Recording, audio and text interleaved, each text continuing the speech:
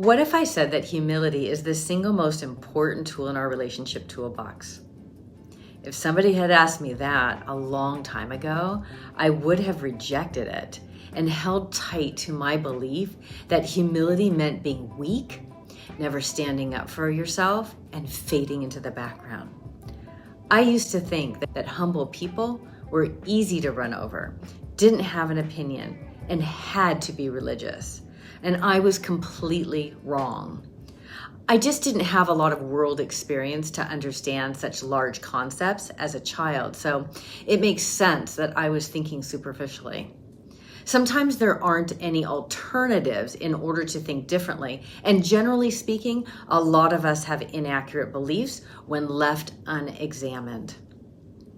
We get stuck in our ways, and maybe you can relate in some way to what I'm saying and have gone through the same thing. All that being said, humility is the top dog tool in our relationship toolbox. Humility is a fabulous lens to wear and filter everything people say and everything we believe before we speak. What passes through humility's lens helps gauge what's fair, what works, and what's healthy. We may debate about what healthy actually means, but for this video, healthy means hearing each other and listening and responding in ways that move us through difficult conversations so we can feel closer. And this is why humility is so important. But it really doesn't get the notoriety it deserves. And I want to change the way we see humility so we can take our relationship to a much healthier level. By filtering my thoughts and behaviors through humility, my awareness has heightened and I started seeing different ways to connect better with ourselves. The humility lens also helps us to understand and respect someone who we may not really care to be around. Ultimately, being more humble allows us to feel at peace with ourselves. I've been on this path with humility because this little powerhouse keeps deepening and strengthening my relationships. I'm convinced that humility not only improves both sides of a relationship, but it increases overall satisfaction. It calms my mind, and I haven't seen any negative effects. I am passionate about learning about human behavior and also helping others develop themselves. I practice what I coach, and I've witnessed profound effects in clients. Humility is the foundation for growing, our maturity, and it gives us capacity to be able to handle difficult and seemingly insurmountable situations, both from the inside and also the outside. In this episode, I define humility. I talk about the nuances that are so attractive in this tiny little bombshell and share how much of a powerhouse it really is. And I talk about it in real life situations. This episode is also about common and religious perceptions and understanding it in a modern way. And I'm going to weave humility into my examples to consider some new approaches for yourself. At the end, I'll summarize what I talked about and give you also 3 skills to build your humility. I have a couple of amazing books I recommend. You can find them in the description below. If we develop a more thorough understanding of humility, our buy-in will be higher and it can prompt us to experiment. In this episode, we will look at a couple of examples and we can pull back the layers to see what's ineffective and how to change it for the better. And it all starts by just beginning to learn the basics. So don't miss this episode if your relationship toolbox needs to be updated. I can't cover everything about humility, nor people's unique situations. I'm not a therapist, and the information is for educational purposes only. But if you're looking for one-on-one coaching for a specific topic, reach out at hello.habitsandhurdles@gmail.com. Welcome to Habits and Hurdles, and come with me into this unique space to think and behave in ways that shift our relationship with ourselves and others so we can feel more connected. My name is Maya Pellegrini. I have a master's degree in social works. When I worked in that industry, I worked with a lot of patients. And after I left, I shifted to being a relationship skills life coach to collaborate with clients to reach their goals. I have an online coaching business, and I use my education, my experience, and lifelong wisdom to guide my clients and give them the tools to update their relationship toolbox.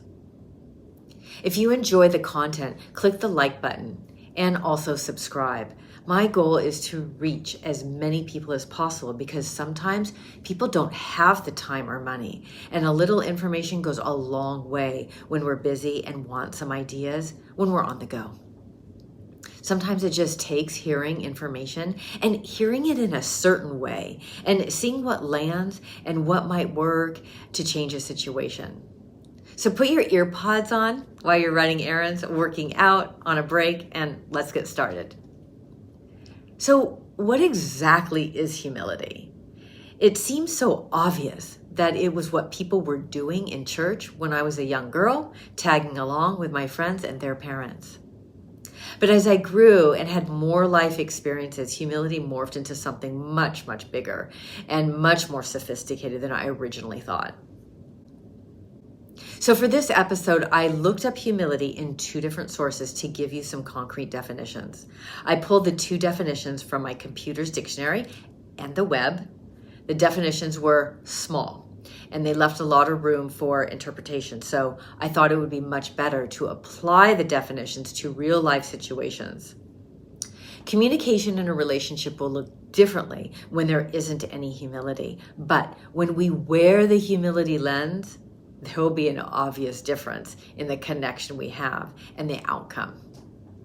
The first definition of humility is freedom from pride or arrogance. The word freedom here is a little vague, so I'm going to explain it using an example. Okay, so say a female in a relationship brings up a topic and then her male partner gets bent out of shape by what she says. This is super common. He then reacts to her, and then she reacts to him, and then round and round they go. These 2 people are playing mental ping pong, but don't always recognize it as an actual one-upsmanship to the other, or see it as a defensive move or a protective maneuver using pride or arrogance to demonstrate how right they think they are, rather than focusing on the togetherness to work through a situation. That ping pong game is pretty common for couples to do when the brain can't find other tools to grab and use. If we make humility into a practical tool, then we can grab and wear when we are literally in a conversation. Then the mental ping pong game will stop because now we're collaborating. When we wear humility, it prompts us to be loving and respectful, slow to listen, to pause, and to think clearer and carefully, which is not the same as what we do when we have pride or arrogance present. So giving up or freeing oneself from pride and arrogance, he and she free themselves from their old ways and then just grab onto a modern tool.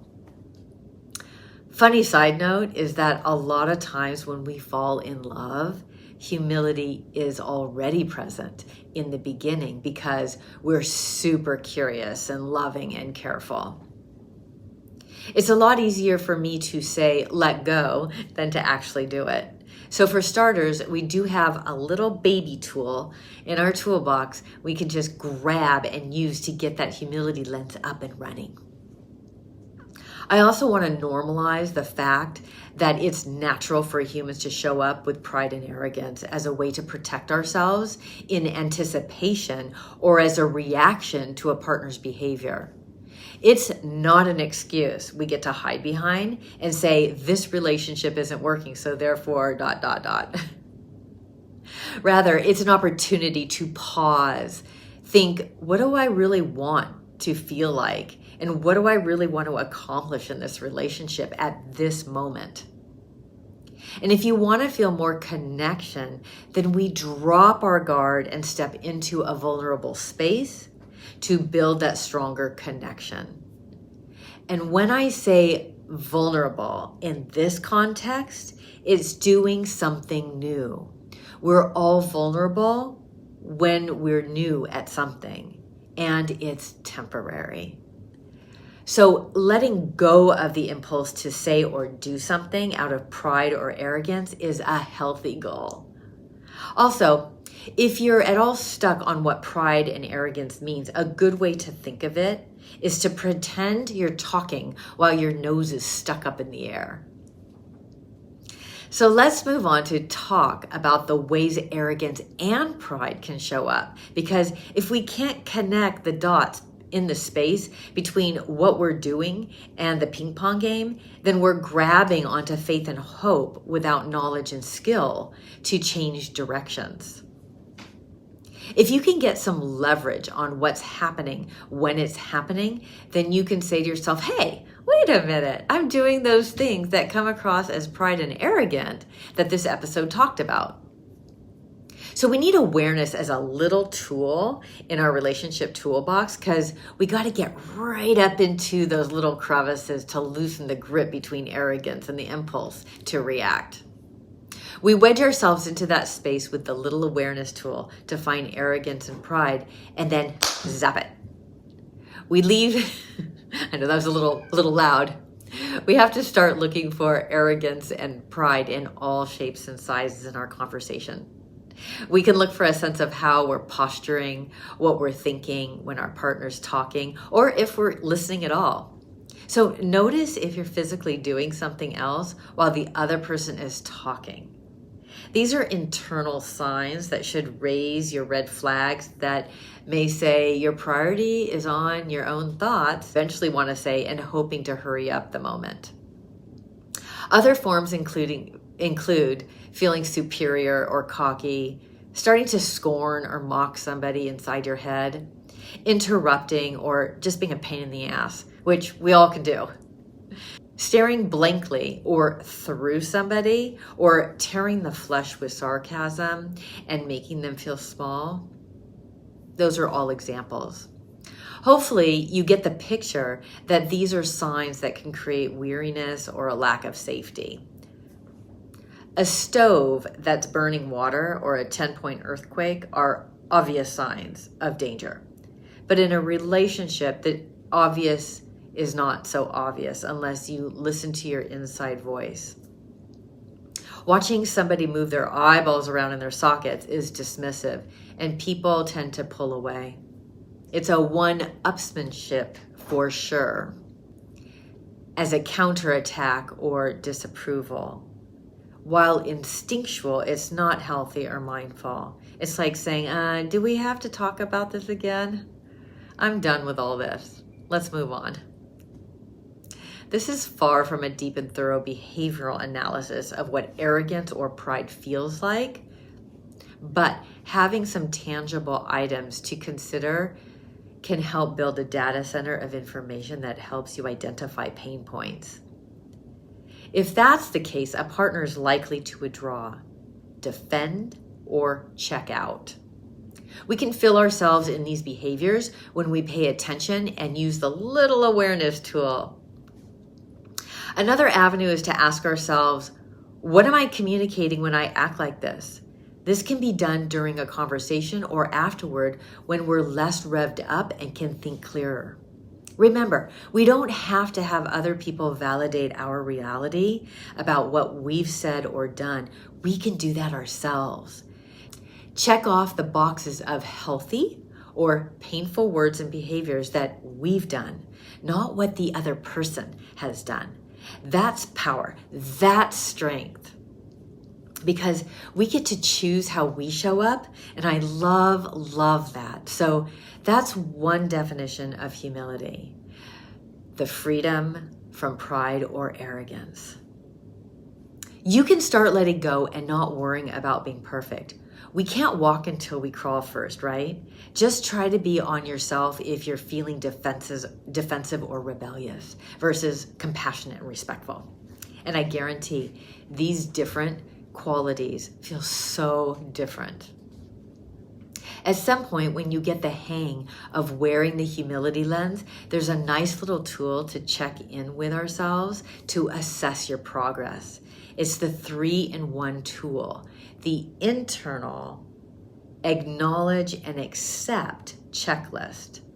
Check if you considered your partner's words and behaviors as valuable in that conversation, even if they don't align with your own. This is a hard pill to swallow because we usually have thoughts that are strung together in our mind like Christmas lights that say, I'm good, it's the other person's fault. This checklist is powerful because it puts us to the test of measuring our bullshit. If, by the way, he was to internally test and measure himself with that checklist tool, he might be able to notice that her words and her reactions mean something to her. And that's good enough. It doesn't have to be what he thinks. He can still filter all of her statements and behaviors through his thinking and just suspend judgment of her beliefs. And then put his up on the shelf for the time being. Why? Because his goal is to be curious, not engage pride, be accepting and respectful of her beliefs and physical manifestations that she might go through to communicate what's wrong. This process is to create safety and care about our partner's thoughts and move into a win-win. You gotta check out The 7 Habits of the Highly Effective People by Stephen Covey. He talks about this win-win, and it's a great book for all types of relationships. And just to be clear, I'm not saying that humility is about agreeing with her, but it offers an inviting space for a person to express themselves fully without being torpedoed. Because if we're looking for another game of ping pong, it's usually right around the corner. Because pride and arrogance always are waiting at the starting block, ready to respond faster than love and compassion. So when a discussion is marked by pride and arrogance, then his energy won't offer compassion or connection. And it's likely that both will continue to play ping pong. In that example, it's likely that her body will pick up on the cues of feeling uncomfortable while sharing, but not always knowing exactly what's happening inside of herself. The Body Keeps the Score is another great book attached below to learn more about how the body keeps record of what's happening in our life and much more. The body is an object designed to protect itself. Signs of arrogance or pride heat up situations that create a lot of holes in a relationship, not the bridges. The practice of letting go means breathing into that holistic field that says we are one because we're a couple, and creates a soft landing in a welcoming space to say, you truly matter. If he chooses to let go of the internal impulse to blast impulsive statements, then the relationship will be affected. Freeing ourselves from pride and arrogance releases ourselves from holding on so tightly to a particular point of view, while simultaneously telling the other person they're wrong, which makes them easy to dismiss. I know, again, not easy to do, but this is why humility is dope, as my kids might say, because it's a mighty powerhouse that heals and strengthens relationships and is worth having in our relationship toolbox. Okay, so for those of you who want to go the distance, I have a second example and a lot more. Let's look at the same scenario from a different angle, because putting on humility and noticing something isn't working might be because of a different reason. It's possible that she may get bent out of shape. Even if he says and does everything right, he can still assure himself, if he knows he was wearing humility, by reviewing the checklist I gave you earlier, the internal acknowledge and accept checklist. She may feel like all that energy that was built up and prepping for the discussion included armoring up to defend herself just in case he came across with some pride or arrogance. It's possible that a partner got used to a certain way of showing up whenever communicating. His shift into humility has nothing to do with him doing something wrong. Her body was primed to go one up on him to try to get him to understand her in the way that she had done before. It's not uncommon for her, in our example, to be defensive, feel justified or skeptical of his intention. People have long-held patterns, so it takes time to unwind them and prove ourselves to be different. So don't underestimate time as a very important tool. It takes time. I'm putting out all the stops here because humility can be faked. And it's not the same as genuine humility. There are people who will get an A+ for gathering data to be the good partner by using the information to imitate humility in a relationship, but it is not genuine. So their upstanding behavior is not going to last over time. But there are others who really are genuine, who get it, but need a lot more time and compassion and time and practice because it's something they're not used to. Some things I've said could really be expanded upon. And sadly, it's impossible to cover everything in one episode without fading. We all have a bandwidth to really absorb information. The part I want to emphasize is that if she didn't expect his genuine humility, she may be surprised and also skeptical, so the first time it may not work so well as one hopes.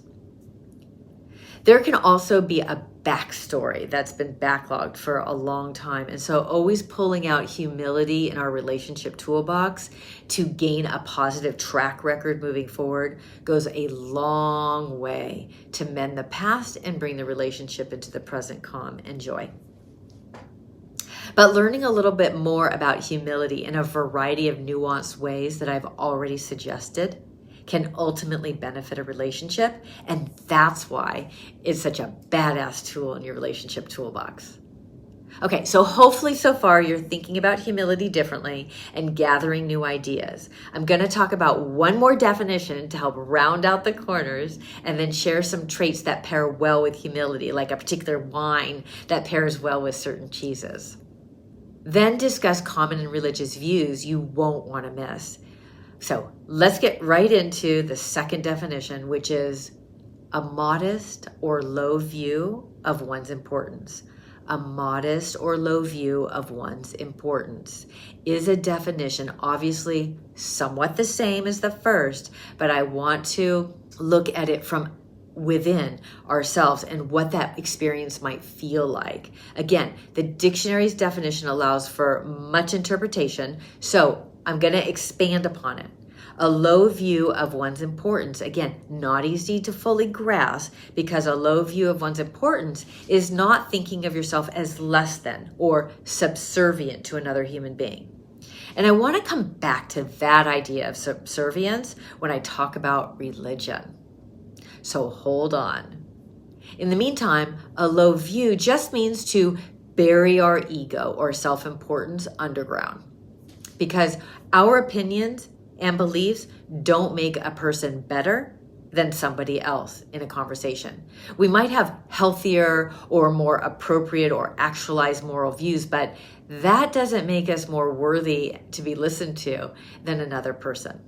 Each person in a relationship deserves time and thoughtfulness to be listened to and considered.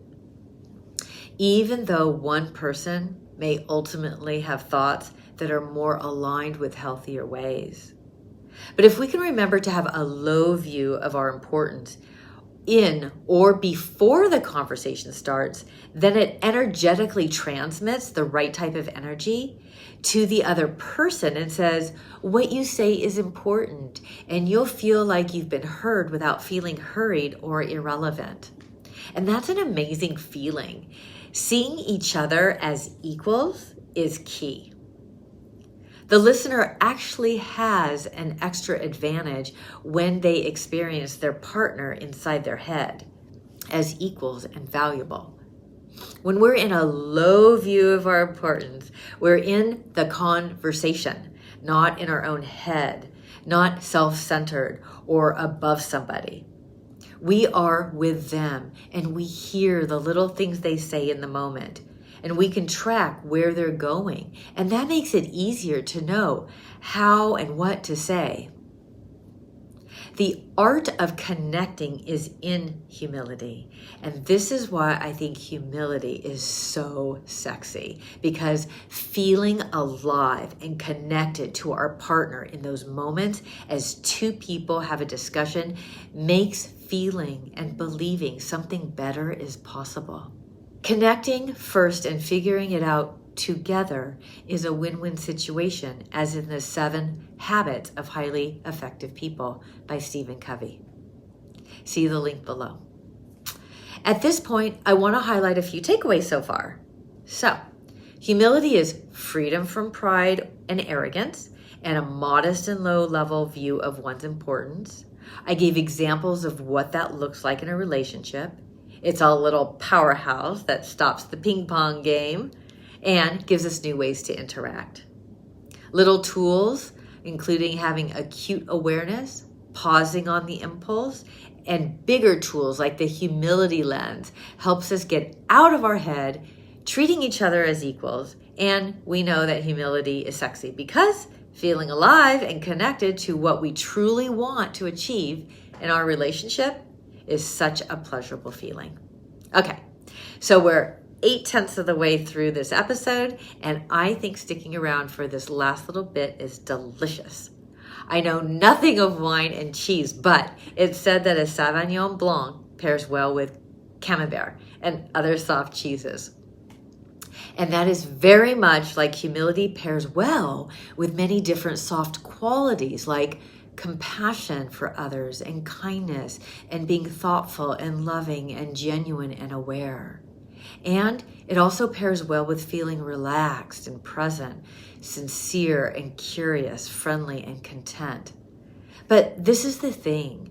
Humility has a low energy frequency and pairs well with other low energy frequency qualities. What this means is that these qualities don't overwhelm the nervous system. We can go a longer distance in a discussion and have the time to find common ground. When we are outside of our emotional capacity, intense emotions like anger and frustration ignite fast sparks and burn everybody out. Humility is like a long distance runner pacing themselves, staying focused and being able to achieve what they really want in time. And that's why if you're practicing humility, you're likely to tap into some of those companion qualities. Lastly, I want to touch upon popular and religious beliefs. Like I said in the beginning, I grew up without religion, and I also grew up in an environment where I had to behave according to early modern English cultural values, such as sitting up straight, not being disrespectful, which I think was twofold and included don't question people and don't make them feel uncomfortable. Be polite and don't say too much. In a non-religious context, some of these qualities squashed my inner voice and didn't allow me to feel the person I was trying to become. And humility in a religious context looked much the same. So a negative view of humility took hold. What I'm trying to say is that our family and environmental influences set the tone and establish belief systems for how we view and react. And the lens I was looking through said that humility was for going with the program, like sheep being herded, doing what we're told, and that association felt too narrow. But humility's buddies, like compassion and sincerity, were very much welcomed. There are literal dictionary definitions that say humility means being modest, meek, unassertive, and that's more of what I believed growing up. It lacked the type of energy I didn't want anything to do with. It looked weak and meant disappearing into the wall when others were present. And so I had definite negative beliefs about humility.